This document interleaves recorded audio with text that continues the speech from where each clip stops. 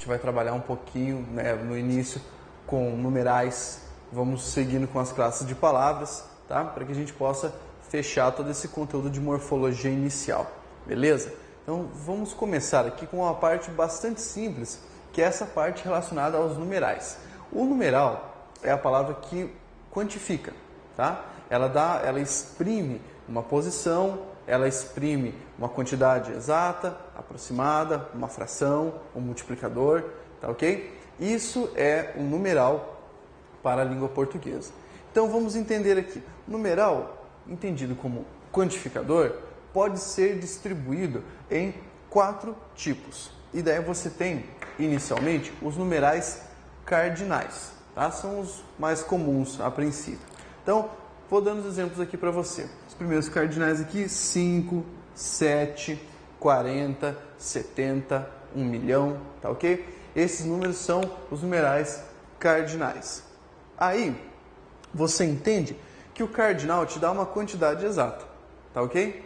Agora, nos ordinais, você tem uma posição, tá? Ou ordem, por isso, ordinal. Então, entenda, aqui você já não tem mais 5 ou 7, você tem quinto e sétimo. E você vai ter a noção de ordinal quando esse número, né, esse numeral quinto ou sétimo, indicar posição, tá ok? Porque ele pode indicar outra coisa que a gente vai ver daqui a pouco. Indicando posição, então é ordinal. Facinho. Aí agora, os multiplicativos. Você tem como exemplo quíntuplo, sétuplo, dobro, triplo e assim por diante, tá ok? Então esses são os multiplicativos, que indicam obviamente uma multiplicação, tá joia? E por último, são aqueles chamados de fracionários. Os fracionários vão indicar parte. Então, vou utilizar o mesmo exemplo que eu dei ali em cima, quinto e sétimo, mas aqui eles não estão indicando posição. Entenda que aqui eles estão indicando parte. Então, 1/7, 1/5, tá? 1/12 e daí para frente, tá joia?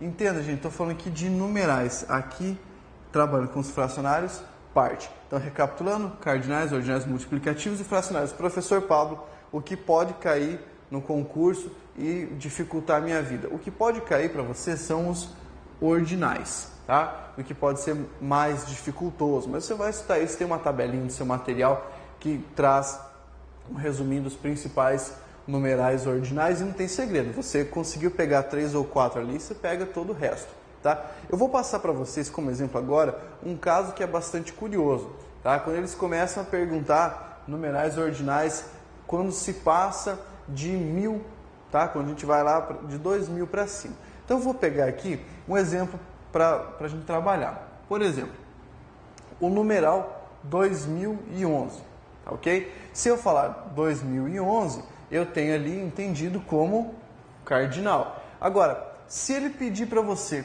como se fala 2011 na classificação dos ordinais, você vai falar da seguinte maneira. Essa aqui seria a maneira tradicional que a gramática normativa prescreve.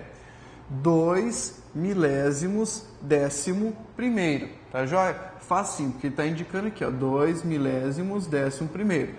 Fácil de entender isso, né?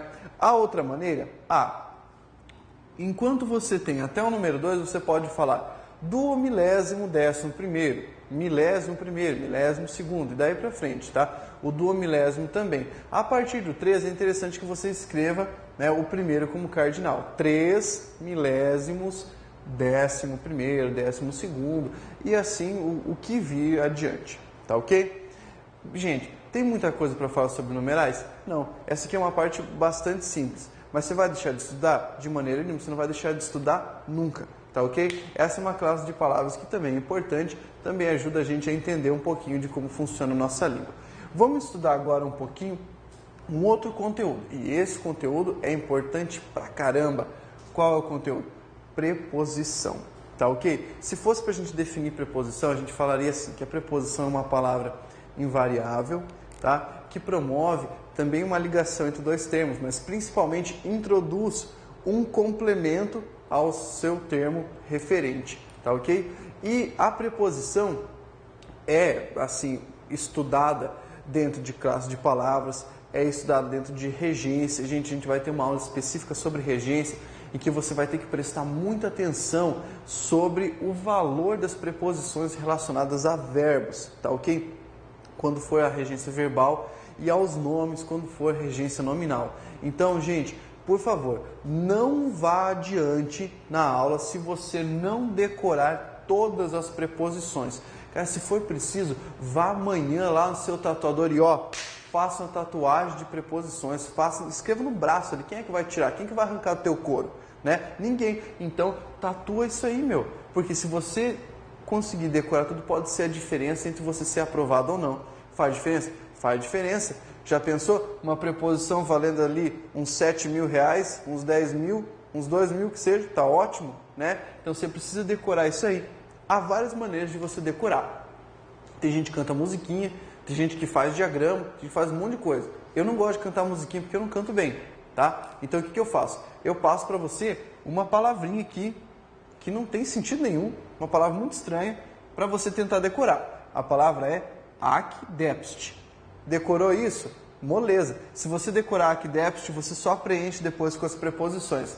Qual é a dica? A dica aqui é a mesma das conjunções. Você vai digitar no computador bonitinho ali, ou vai escrever à mão mesmo, ou vai pegar um spray e vai pichar isso na parede da sua casa, vai fazer uma decoração nova, tá? Ao final do curso você já vai estar com a casa redecorada de tanta dica que você vai ter que anotar dentro da sua casa. E vai colocar todas essas preposições aqui. Vamos lá? Para a gente decorar quais são as preposições? Então você tem aqui, a, ante, até, após, com, contra, de, desde, em, entre, para, perante, por, e dali os seus derivados, sem, sob, sobre e traz. Pelo amor de Deus, com acento agudo e S, porque sem acento com Z do verbo trazer, tá? Se liga nisso. Gente, essas são as chamadas preposições essenciais. Tem que estudar as acidentais? Decorar não precisa. Estudar, dá só uma olhadinha ali, porque dificilmente eles vão cobrar a nomenclatura, tá joia? Você decorando as essenciais tá de bom tamanho, já vai ajudar muito no seu estudo. Então, presta atenção aqui, cara. Decorou essas preposições? Vamos entender como é que elas funcionam, tá? Veja, eu tenho um exemplo que eu passei aqui para você, que é o seguinte. Gosto de estudar e assistimos ao jogo. Tá percebendo onde estão as preposições? Tá? As preposições estão aqui, ó. De e o a ligado ao o. Tá joia? Tá, mas ela serve para quê, Pablo? Serve para o seguinte. Eu tenho dois verbos aqui que precisam de um complemento, tá? Eles vão ser chamados de verbos transitivos. E nesse caso de transitivos indiretos. Mas você não precisa se preocupar com isso por enquanto, porque a gente vai estudar esse nome bonitinho lá na aula sobre verbos.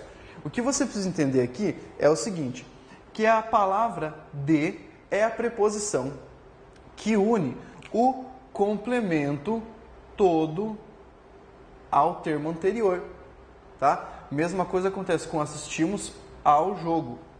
É assim que se fala, não é assistimos o jogo, tá?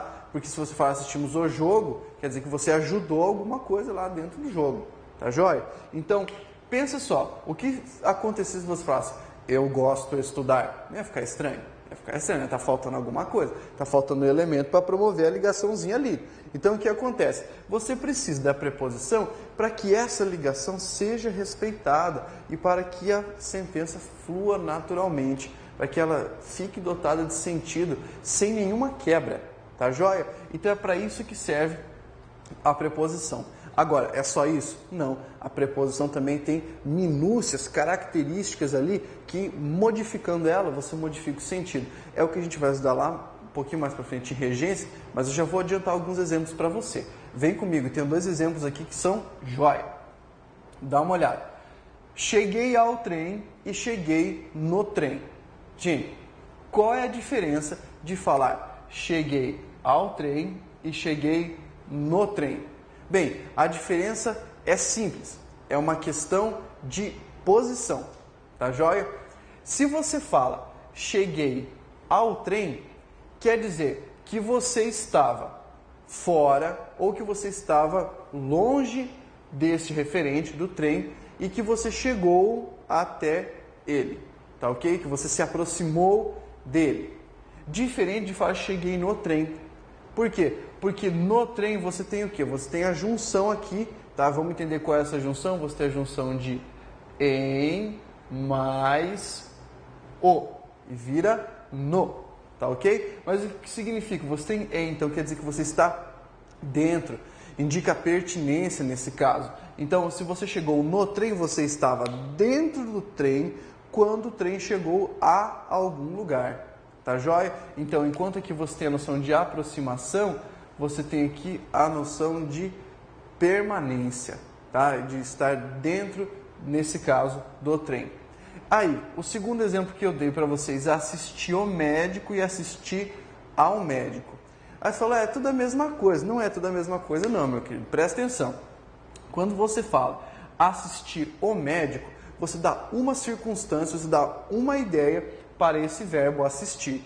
Falando assistir ao médico, significa que você auxiliou, tá? Você auxiliou o médico. Você deu assistência, tá joia? Porque aqui não há preposição, entendeu? Agora, no caso de baixo, assistir ao médico, o que acontece? Você ficou olhando o médico fazer alguma coisa, porque o verbo assistir, quando tem a preposição a, significa ver ou acompanhar. Acompanhar no sentido, né, de observar. Então é isso que acontece, ó. Modificou a preposição, apareceu preposição, não apareceu, modifica o sentido. O que vai acontecer na sua prova? Gente, presta atenção, olha aqui, ó, olha aqui nos olhos e entenda. A prova vai perguntar para você se você pode trocar a preposição sem alterar o sentido. Aí o que você vai fazer? Tem fórmula mágica? Não. Você vai ter que ter a argúcia suficiente, você vai ter que ser bom o suficiente para ler isso e perceber que determinadas preposições têm alguns sentidos, outras têm outro. Então o que acontece? Modificou a preposição? Provavelmente vai modificar o sentido, tá? Então você escreva lá as duas sentenças, uma com a preposição, uma com a outra que eles pedirem ou retirando e vai perceber que isso faz diferença, tá joia? Outra coisa que você vai ter que entender, ó, a preposição a que eu coloquei nesse exemplo aqui, ela vai ser fundamental para você entender a formação, os casos de crase na língua portuguesa, um conteúdo que é sempre, de novo, sempre cai concurso público, tá joia? Então, não saia, não pare de estudar até você ter decorado todas as preposições. Então, gente, vamos estudar agora um pouquinho de pronome, tá? Na verdade, a classe de palavras dos pronomes é uma das mais importantes para o concurso público, porque ela sempre cai. Sempre cai, tá? Aqui não é volta e meia, não é um exemplo aqui, sempre cai, ok? Então a gente vai trabalhar aqui com a classificação dos pronomes, vamos trabalhar com os pronomes em si e a utilização deles. Então, por favor, me acompanha aí, tá? Dá uma olhadinha no seu material e vamos desenvolvendo essa matéria para que possa ser entendido tudo de uma maneira bem simples. Vamos entender o seguinte, o que é um pronome? O pronome é um termo determinante, tá ok? É uma palavra que determina outra, é uma palavra que nessa determinação faz uma referência, tá? Faz referência a determinado termo e também promove uma retomada. Nós dizemos que os pronomes são os principais termos da coesão, tá ok? E daí você pode entender que a coesão pode ser anafórica, catafórica, essas palavras assim que não fazem diferença nenhuma para você, né? Mas que são realidades, tá? Eu não vou precisar falar disso aí, só vou depois falar o que aponta para frente, o que aponta para trás, deixa quieto esse nome de anáfora e catáfora e para lá, porque isso não te pertence, tá ok? Presta atenção no seguinte, nós temos esses tipos de pronomes aqui.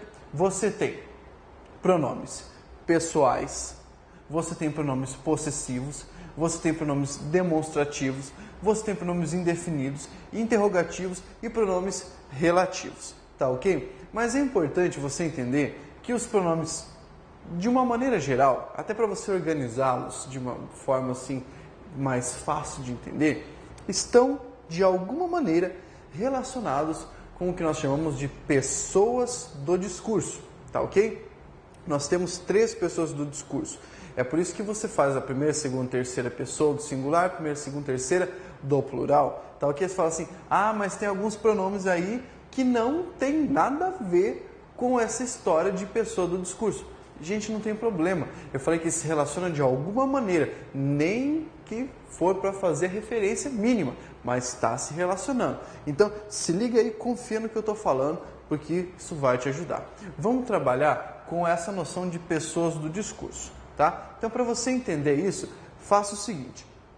Pegue primeira, segunda e terceira pessoa do discurso e vamos entender qual é a noção expressa por cada uma delas. Então, a primeira pessoa do discurso, para você entender, é a pessoa que fala, tá? Quem fala? Eu, nós, tá ok? Então, aqui você já tem a primeira pessoa do discurso, a posição da primeira pessoa do discurso. A segunda pessoa do discurso é aquela para quem se fala. É o tu, vós, o você, tá? Aqui você vai entender um pouquinho depois dos pronomes de tratamento, tá joia?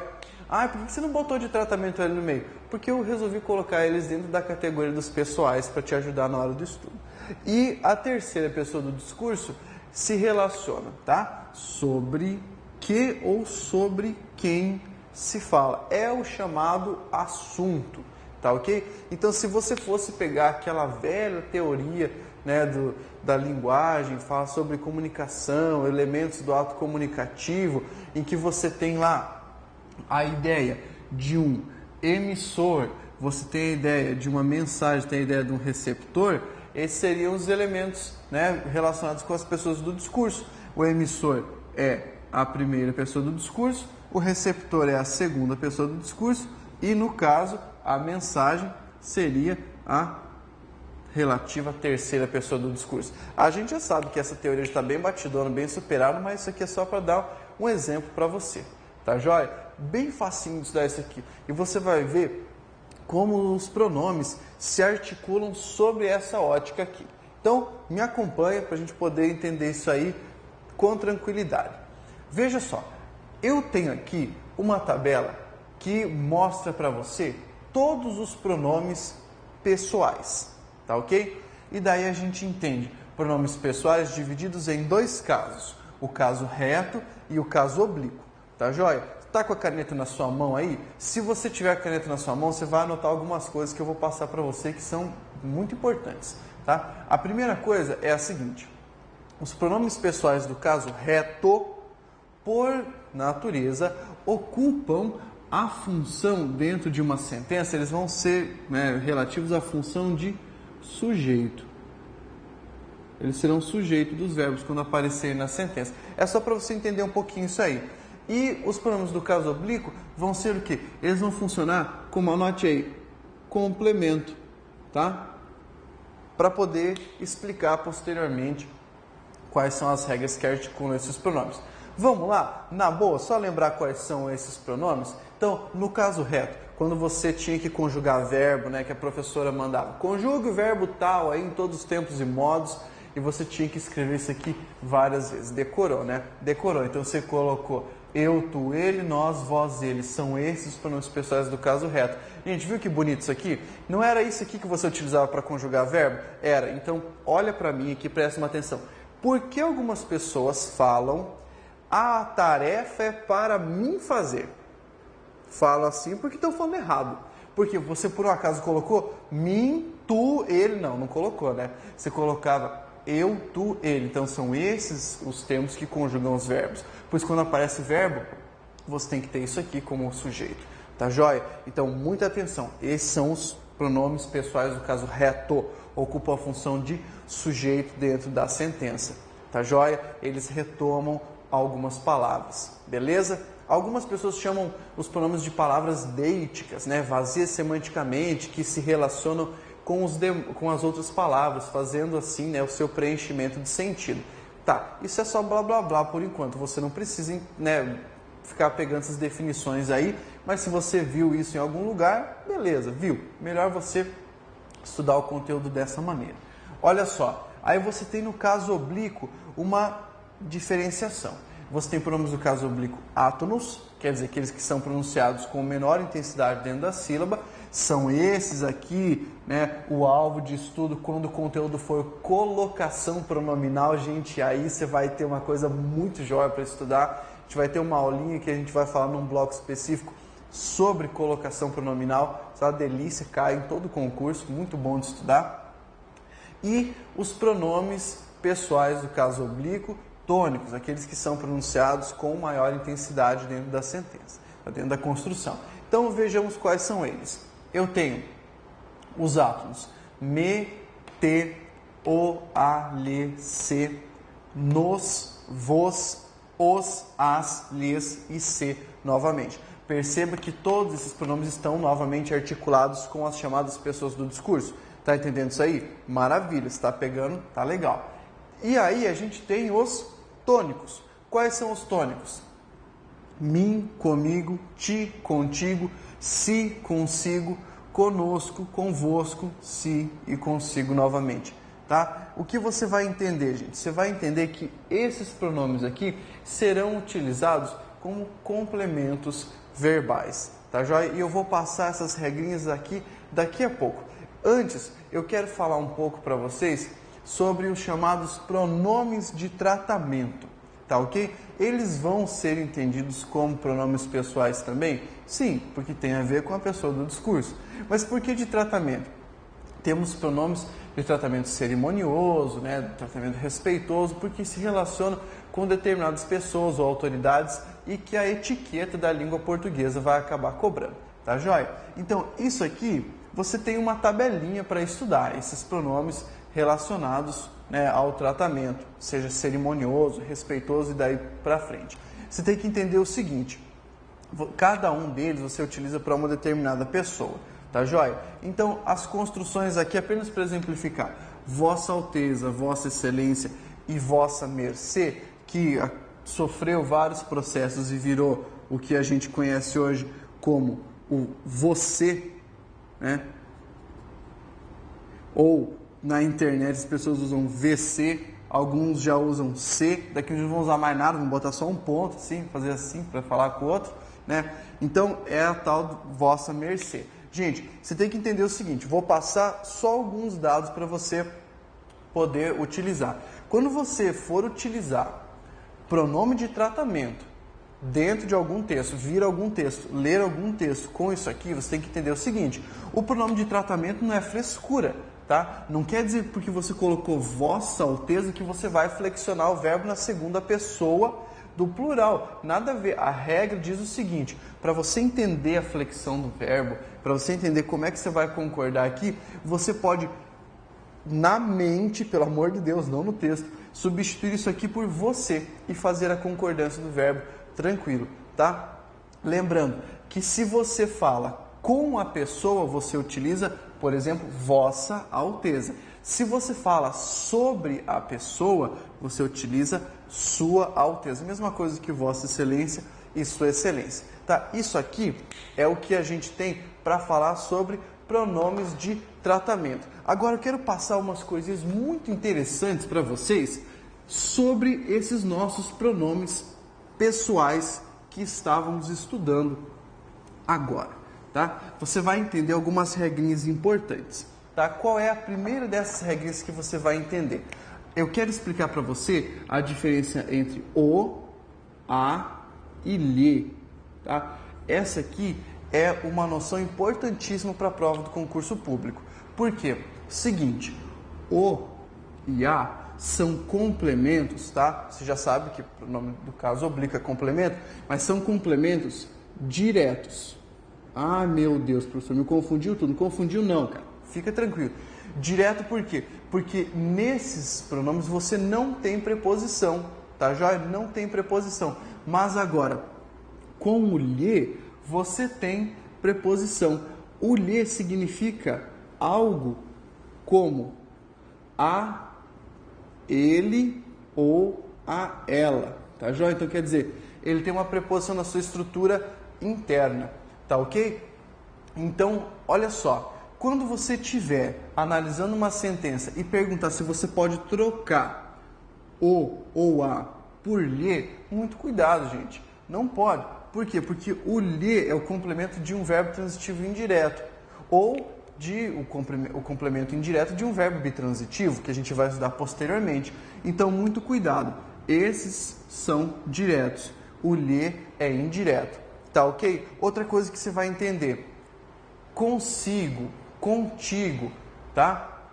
São, no caso, o se e o consigo são reflexivos. O mestre leva sabedoria consigo, tá ok? Se e consigo são sempre reflexivos. Importante entender isso aí, tá ok? O que mais você precisa saber? Gente, depois de preposição, ó, se liga nessa aí. Apareceu preposição no caso, a língua portuguesa vai pedir para você o seguinte entendimento. Se apareceu preposição, o que vai ter que vir depois é, nesse caso, um pronome pessoal do caso oblíquo. Tá joia? Então, quando você fala, você tem a preposição entre. Pergunto, o correto é você falar entre eu e você ou entre mim e ti? Qual é o correto? O correto, meu amigo, é você falar entre mim e ti. Por quê? Porque a regra diz o seguinte, apareceu preposição, tá? Você utiliza pronome pessoal do caso oblíquo. Com apenas uma exceção, tá ok? Qual é essa exceção? Vou passar aqui para vocês. A exceção é, apareceu pronome, mas logo depois do referente, que é apareceu preposição, perdão, logo depois desse referente você tem um verbo. Aí danou-se, que é aquela história do pra mim fazer que não pode falar, tá ok? Presta atenção. Para eu ou para mim, tá joia? Vamos pegar duas circunstâncias aqui para você entender isso. Então, olha. Para eu estudar, vírgula, aí tá bonito, quero silêncio. Vamos lá. Para eu usar quero silêncio. Então veja o que aconteceu. Aqui você tem uma preposição, só que aqui você tem um verbo. Então o que acontece? Você precisa do pronome pessoal do caso reto. Por quê? Vamos pegar uma frase que vai te ajudar. Mim não faz nada. Beleza? Mim não faz nada. Aí, o que você tem? Se você tiver outro exemplo. Para mim, vírgula, estudar é bom. Aí você fala assim, ah, professor, olha só, você errou, porque você tem um verbo, você tem a preposição e colocou minha aí, seu besta. Não, gente, não errei. Sabe o que acontece? Eu tenho uma vírgula aqui. A vírgula indica uma pausa na sentença. Indica que aqui eu finalizei determinada frase, que eu finalizei, então é como se isso fosse o final da sentença. Lógico, né? Então, no final da sentença, você utiliza o mim, tá ok? E daí, mas ele não tem um verbo depois? Tem um verbo depois, mas antes ainda do verbo, você tem o quê? Você tem uma vírgula, meu amigo. Então, o que você precisa fazer? Você tem que entender que isso aqui vai modificar toda a circunstância. Então, são pequenas regras de utilização desses pronomes que vão auxiliar você, né, quando estiver aí fazendo a prova, a conseguir isso com mais tranquilidade. O que você vai fazer agora? Vai pegar todos esses pronomes, vai refazer esses exemplos, vai tentar entender tudo e sempre aquilo que eu digo, gente, estudar, estudar, estudar sempre para poder melhorar e ser muito bom.